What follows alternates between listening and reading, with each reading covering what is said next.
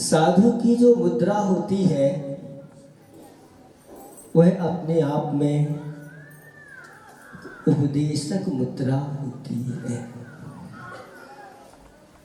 जिनको देख करके लोग बहुत कुछ सीख लेते हैं जिन्हें सीखना है, और जिन्हें नहीं सीखना है दिन रात भी उनको सुनाते रहो तो भी वह चिकने घड़े के समान होते हैं। कैसे घड़े? कहने लगे भैया ये तो चिकने घड़े हैं, पूरा इनका जीवन ऐसे निकल गया उपदेश सुनते सुनते, लेकिन इनके जीवन में कोई परिवर्तन नहीं। एक घटना पड़ी थी, अखबार में आई थी कि एक जैनेतर व्यक्ति ने इतने वर्षों से जूते चप्पल नहीं पहने, उसका जीवन पर्यंत के लिए त्याग है। किसने? जैनेतर व्यक्ति ने।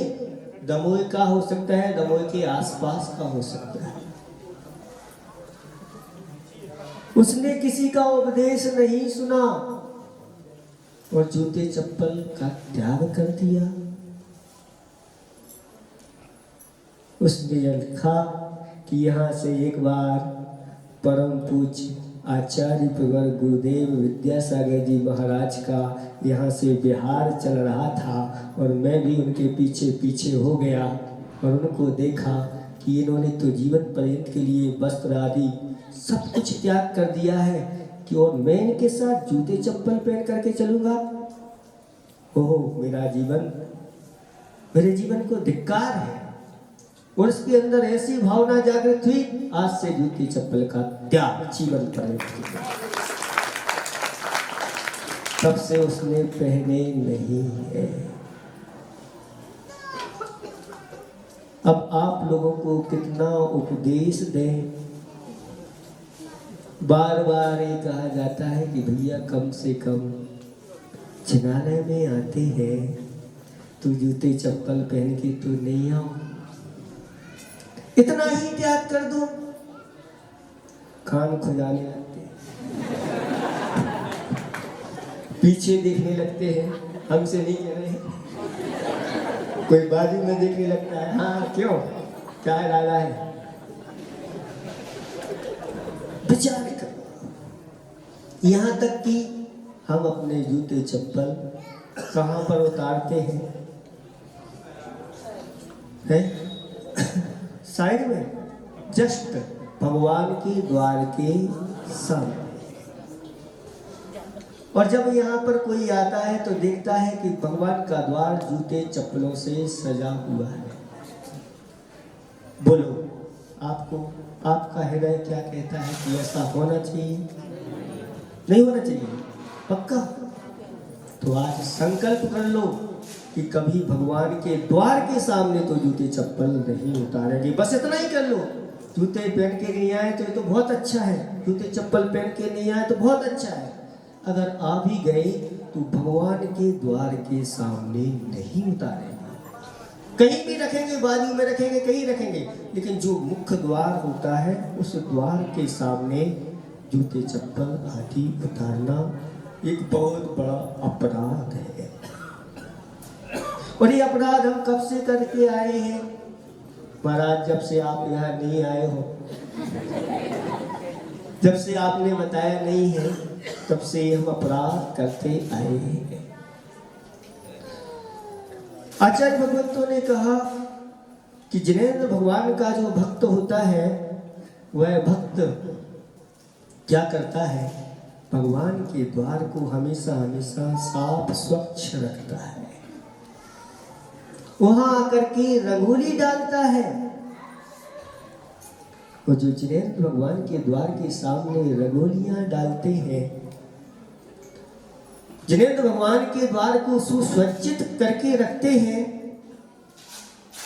उनके लिए अगले भाव में ऐसे स्वर्ण के महल मिलते हैं और दासी दासियां रत्नों से रंगोली डालने वाली मिलती है।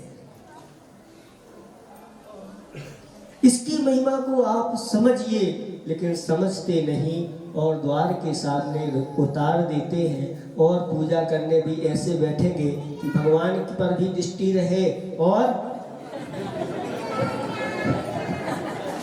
ऐसे एंगल से बैठा जाता है।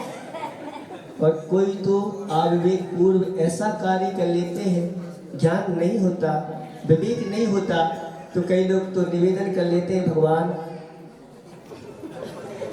नए नए हैं, नए नए लेके आए हैं और मैं तो आपका पुजारी और भक्त हूँ, क्या आप कम से कम उनकी क्या करवा लेते हैं? क्या करते हैं? होते हैं, ऐसे लोग भी होते हैं। कुछ लोग तो ऐसे होते हैं कि धर्म सभा में आकर के उन्हीं पर बैठ करके करने लग जाते हैं। हाँ, विवेक कहते हैं जब तक अपने जीवन में विवेक जागृत नहीं होता, फूटी आंख विवेक की क्या करे जगदीश। फूटी आंख विवेक की क्या करे जगदीश।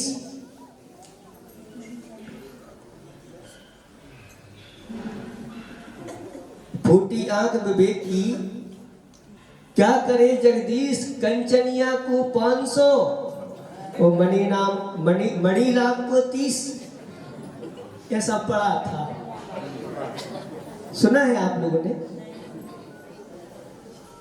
कई काल में विवेक की जब आंख फूट जाती है, जो नृत्य करने वाले होते हैं उनको तो 500 के लुटा देते हैं लोग, और जो विद्वान पंडित होता है उनको 21 रुपए से टीका करते हैं।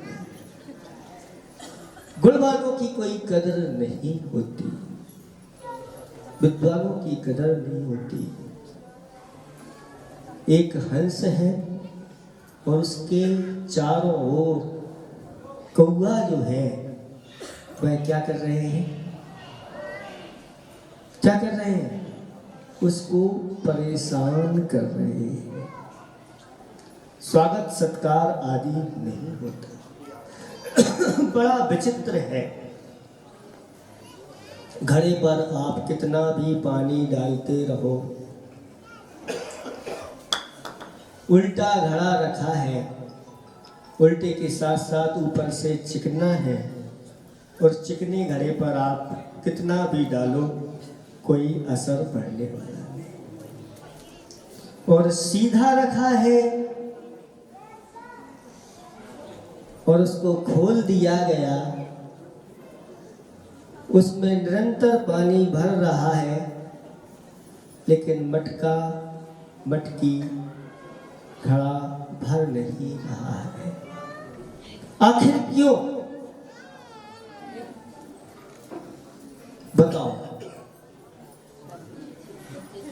नल के नीचे रखा, आज तो नल और चैनल का जमाना है, नल के नीचे रखा है और निरंतर, और फिर भी भर नहीं रहा है। आखिर क्यों?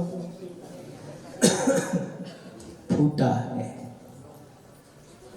कहते हैं जिसके जीवन में कोई नियम संकल्प नहीं आते, विवेक की आंख जिसकी जागती नहीं, उसका घड़ा फूटा है, उसका जीवन फूटे घड़े के समान है, जिसके अंदर कोई गुण रहते नहीं। फिर भी आप लोगों को निरंतर गुरुओं का सानिध्य मिल रहा है, उनका उपदेश मिल रहा है, और आप लोगों के अंदर भी वह जागृति आ रही है। जब गुरुओं का सानिध्य नहीं मिलता था तब लोग नया वर्ष कैसा मनाते थे, और आज देखो जब गुरुओं का सानिध्य मिलता है तो नया वर्ष आप लोग कैसा मनाते हैं। सिर्फ यही की बात नहीं है, सारे के सारे क्षेत्र हैं, अतिशय क्षेत्र हैं, सिद्ध क्षेत्र हैं, और जहाँ जहाँ गुरु महाराज विराजमान है और जिन्होंने गुरुओं की संगति पाई है, गुरुओं के निकट आए हैं, थोड़ा सा भी उनके प्रति अनुराग हुआ है, उसने अपने जीवन को बचाया है गर्त में जाने से। इसलिए आप लोगों की 31 दिसंबर की जो रात्रि है, यहाँ पर भगवान के और गुरुओं के गुणगान के साथ निकली है। हमने सोचा ये लोग क्या कर रहे हैं, 12 बजे तक जगेंगे और फिर दूसरे दिन 12 बजे तक सोएंगे। लेकिन महाराज सोए कैसे? आपने जो कार्यक्रम रखा था सवेरे से 7 बजे से, और लोग समय पर उठ करके, और बड़े मंदिर में ऐसा लग रहा था जैसे कोई विशेष अतिशय यहाँ का हो रहा। वृद्धजनों का होश हो, युवाओं का जोश हो, और वृद्ध पौरजनों का जोश हो, और इन सब का सोर्स हो, तो फिर जिनेंद्र भगवान का जय घोष पदे में देव नहीं। रात्रि की सभा प्रारंभ होने जा रही है। चूंकि राजा है और बहुत समय उसका बीत चुका है, लेकिन अभी विवेक की आंख उसकी खुली नहीं है। समय बीतता चला जाता है, निकलता चला जाता है, पता नहीं चलता। आचार्य श्री ने एक दोहा लिखा है, अंत किसी का कब हुआ, अंत किसी का कब हुआ, अनंत है सब संत, किंतु मिटता सा लगे पतझड़ पुनः वसंत। अंत किसी का कब हुआ, अनंत है सब संत, किंतु मिटता सा लगे पतझड़ पुनः बसंत। ऐसा लगता है कि कुछ अंत होता चला जा रहा है। आचार्य विमल कहते हैं, अनंत का कभी अंत नहीं आता। पतझड़ आता है और फिर पुनः बसंत, पतझड़ फिर बसंत, बसंत और पतझड़, ये तो निरंतर चलते रहते हैं। सोमवार से रविवार से प्रारंभ होता है और शनिवार, और फिर जनवरी से चालू होता है दिसंबर, और फिर सब चलता रहता है। ये अनादि काल से यह 3 लोक जैसा है वैसा ही है, और इसमें जीव अनेक प्रकार के परिवर्तन करते रहते हैं। द्रव्य का हमेशा हमेशा सत्ता में वह द्रव्य बना रहता है, सत्ता का कोई नाश नहीं कर सकता। सत्य क्योंकि द्रव्य का लक्षण है, सत्ता सब पर था, सभी जीवों में वह सत्ता विद्यमान रहती है। लेकिन फिर भी लोग जब लड़ाई झगड़ा हो जाते हैं तो कहते हैं हम तुम्हारा सत्या, कोई आज तक नहीं कर पाया, लेकिन फिर भी मान के कारण से क्रोध में आकर के इस प्रकार के कार्य कहे जाते हैं। और रात्रि कार्यक्रम प्रारंभ हो गया और चालू हुआ, और दोनों, एक नट है और एक नटनी है, और दोनों अपने कर्तव्य दिखा रहे हैं। अनेक प्रकार के नृत्य चल रहा है। करते करते आधी रात हो गई और आधी रात के बाद एक पहर और निकल गया। कितना बचा? मात्र अब रात्रि का एक भाग बचा है और वह नटनी जो है नृत्य करते करते अब थक गई है और थक गई है, लेकिन देखते हैं कि सारे जो दर्शक हैं वह कुछ भी दे नहीं रहे हैं। दर्शकों के लिए ऐसा नहीं हो कि वह नृत्य अच्छा नहीं लग रहा, सब कुछ अच्छा लग रहा है, लेकिन उसको कुछ मिल नहीं रहा है। क्यों? क्योंकि राजा के साथ बैठे हुए हैं। जब तक राजा कुछ नहीं देगा तो प्रजा कैसे दे? राजा के भय के कारण से, राजा के मान सम्मान के कारण से अभी हम दे दें और राजा हम पर क्रुद्ध हो गए, इतना बड़ा बनता है मेरे आगे। और वह नटनी कहने लगी स्वर में कि बहुत गई। वह कहती है कि अब मैं बहुत थक गई हूँ और अब ये ताल है, अब इसको धीमा करो, मद्दा करो, अब मेरे आगे और नृत्य आदि करने की शक्ति नहीं है।